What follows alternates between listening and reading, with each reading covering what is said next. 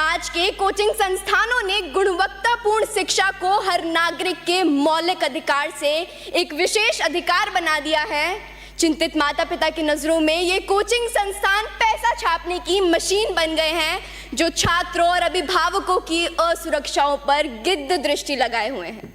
आपको यह जान के हैरानी होगी कि हमारे देश के प्रतिष्ठित कोचिंग संस्थानों में 120 से भी ज्यादा छात्रों के लिए केवल एक अध्यापक नियुक्त होता है। क्या यह पर्याप्त है?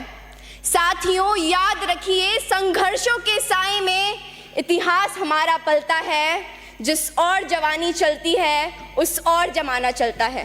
हमें जरूरत है मजबूत नियम बनाने की, ताकि यह कोचिंग संस्थान पारदर्शी रूप से संचालित हो और छात्रों की भलाई को प्राथमिकता दें। हमें खुद से पूछना चाहिए कि क्या हम ऐसी शिक्षा प्रणाली को कायम रखेंगे जो गुलामी के कालखंड में साजिशन रची गई थी, या फिर हम एक नए रास्ते पर चलेंगे जो विचारों की विविधता का जश्न मनाता हो, हर व्यक्ति को स्वतंत्र रूप से सशक्त बनाता हो।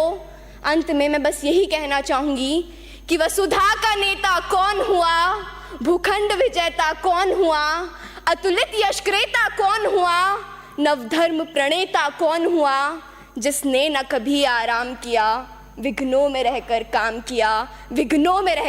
किया। किसी महान व्यक्ति का कहना था कि युवा के विकास की परिकल्पना उस वट वृक्ष के समान है जिसकी जड़ें हमारी पुरातन संस्कृति हो, जिसका तना हमारा लोकतांत्रिक मूल्य हो, जिसकी शाखाएं हो सबका साथ, सबका विकास और सबका विश्वास, युवा कौशल जिसकी पत्तियां हो, जिसे सींचे हम अपने परिश्रम से और फलस्वरूप हमें मिले विकसित विश्वगुरु Bharat. As quoted by Mahatma Gandhi, live as if you were to die tomorrow and learn as if you were to live forever. These words remind us that education is not merely about acquiring knowledge, but continuous growth throughout our lives. Do you know what Lord Macaulay once said in British Parliament? He said that it is nearly impossible to rule India, but if they succeeded in breaking our backbone, our education system, then they'll succeed in breaking our entire nation, and that's what they did, and that's what today's coaching institutions are doing. They are prioritizing rote learning over true understanding, thus reducing education to a mere race for marks.